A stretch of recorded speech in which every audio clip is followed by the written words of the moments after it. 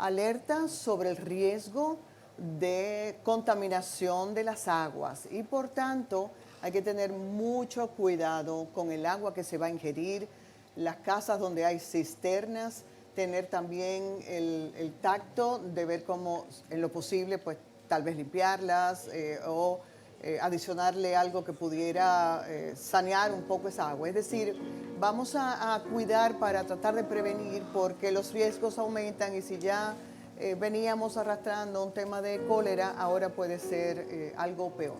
¿Mm? Así es. Tenemos también ahora conexión vía Zoom con Luis Caraballo, Ingeniero geólogo. ingeniero geólogo. A ver, adelante, buenas noches.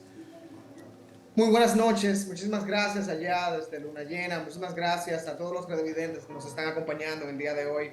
Un placer para mí estar con ustedes en este día, en este penoso lunes, ¿no? Luego de los acontecimientos de este fin de semana. Buenas noches a todos. Agradecemos que compartiera su tiempo con nosotros para responder algunas preguntas claves. Una de ellas, la primera, sería que precisamente como los suelos están saturados, ¿qué podríamos esperar o qué medidas deberíamos tomar tomando este aspecto en consideración?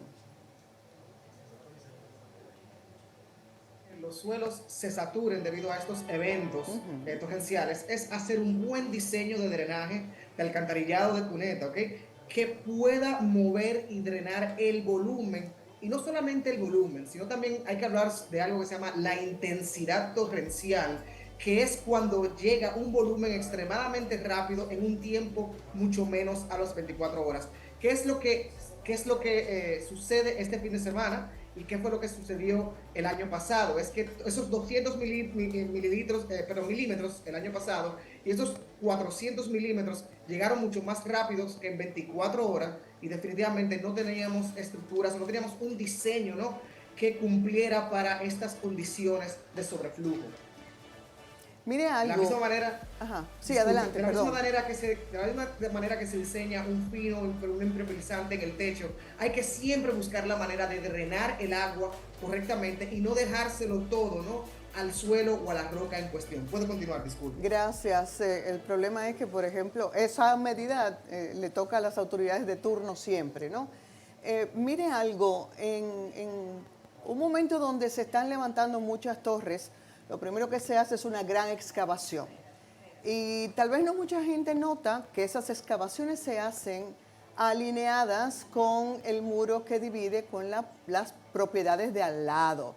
De hecho, no fueron ni uno ni dos los casos donde esos muros divisorios cayeron producto de la saturación del suelo y de esa excavación. ¿Qué recomendación daría usted? Pero lo correcto es al momento de excavar en cualquier sitio, ya sea roca o suelo, es tomar las prevenciones pertinentes. Algo que se utiliza mucho en la buena práctica de ingeniería es que si ya tenemos estructuras aledañas a un terreno donde voy a construir, pues entonces a mí me compete una responsabilidad adicional de excavar ese suelo considerando de que estoy perturbando el ambiente de las estructuras aledañas. O sea, el que llega de último tiene que tomar prevenciones extras, ¿ok?, contenciones aún más adicionales para poder prevenir que lo que está al lado no se vea afectado por estas excavaciones. Y si tenemos que excavar y crear un caso desfavorable, pues entonces tenemos que movernos muy rápido antes de que caiga la escorrentía o el evento torrencial, que es lo que puede afectar o desplazar aún más esos muros o esas estructuras aledañas al lado de una excavación. Bien, también hemos compartido opiniones con nuestro queridísimo Osiris de León también, quien por décadas ha enumerado zonas en el Gran Santo Domingo que son pero muy vulnerables para ciertos tipos de edificaciones. Y hemos visto también cómo se violan ciertas zonas con estructuras que no soportan el suelo donde se hacen. Esto se sigue incrementando y qué medida puede tomar, no sé si los permisos se siguen otorgando, si se pueden desde ya tomar medidas para que no sigan estas construcciones. Las medidas que hay que tomar siempre han existido y siempre van a depender un poco de la integridad del profesional, de la persona que se esté a cargo del proyecto. Hemos colaborado y trabajado por más de 10 años con el ingeniero Osiris de León y le puedo decir que la verdad es que me apena mucho el caso Osiris, cuando es una persona que cuando dice algo y él dice que es rojo, no es naranja, no es azul, y siempre existe una especie de duda, siempre existe una especie de tiranía contra las palabras del ingeniero, pero siempre ha demostrado año tras año ser un profesional con una alta calidad y es digno de escucharlo. Es la verdad que ha sido, en mi vida profesional ha sido un placer trabajar al lado de él por más de 10 años, verlo trabajar. De él aprendí que la experiencia no debería de ser tu apoyo nunca, que cada proyecto que te llega y que tú lo recibes en tus manos y lo analizas, analízalo como que si fuera la primera vez que estás analizando un proyecto de esto, porque la experiencia te traiciona y se vuelve entonces más que una práctica mecánica de algo que tú has hecho antes. Pero si tú abordas el proyecto como algo nuevo, tú siempre vas a analizarlo desde cero y vas a poder llegar a la solución más competente. De Osiris hemos también aprendido que a veces el mínimo por los códigos de construcción, de ingeniería, de estudios de suelos dominicanos no es suficiente.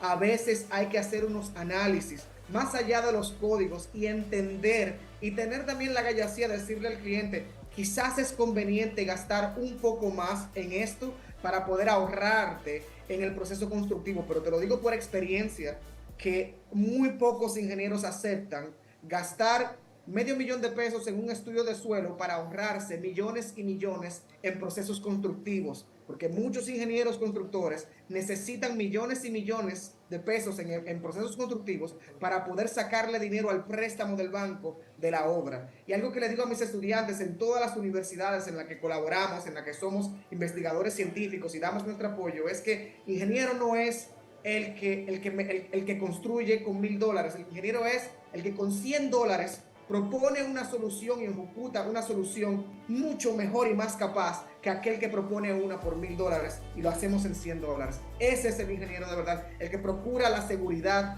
y el costo-beneficio de su cliente, en vez de pensar en que si cargo más la obra, ¿no? Puedo cobrar más en mi bolsillo. Y eso lo aprendimos muchísimo del ingeniero. Y algo que también quiero mencionar por parte del ingeniero es que el presidente acaba de anunciar una comisión donde van a ser unas georreferencias ahora para todos los tipos de estructuras, tanto públicas como privadas, donde estos cambios estacionarios, todas estas informaciones de la pluviometría, del agua que va cayendo y de estos eventos torrenciales van a ser más minuciosamente analizados para no solamente diseñar a 200 y a 400, tenemos que pensar más hacia allá, tasas de retornos de casi 100 años, tasas de retorno de 200, 300 años, porque si seguimos diseñando a 25, a 30 años, van a seguir pasando estas catástrofes.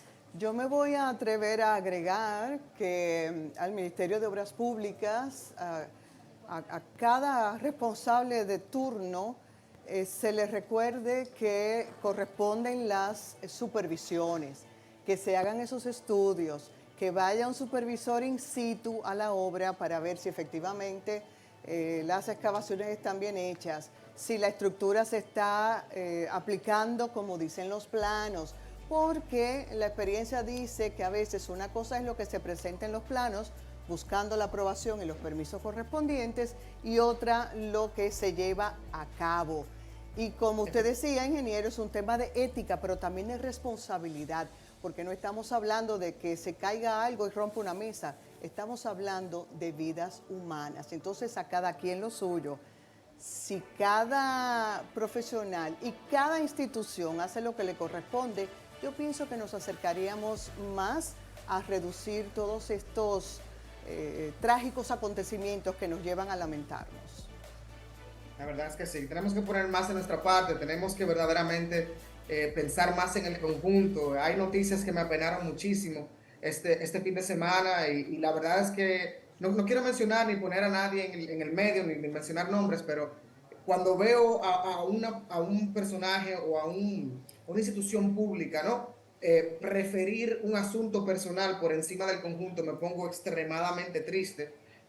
También vengo de una familia de ingenieros, mi padre era ingeniero, y lo vi, al momento de una emergencia, no importaba que fuera la graduación, no importaba que fuera el cumpleaños de nosotros, no importaba que fuera cualquier evento personal o familiar, primero el conjunto, primero la sociedad. Necesitamos profesionales que aboguen primero por el conjunto social antes de sus propios intereses. Más profesionales como Ciris de León, más profesionales como Reyes Madera, más profesionales como el ingeniero Luis Abot y todos los otros profesionales que avisaron o que tenían años y décadas avisando de esta catástrofe, que ni siquiera quisieron participar en la construcción, en el diseño de estos pasos a desniveles que tenemos hoy en día, simplemente por no ser partícipe de un futuro estrago o desastre como les estamos viendo este fin de semana. Muy penosa la situación. Ingeniero, una pregunta.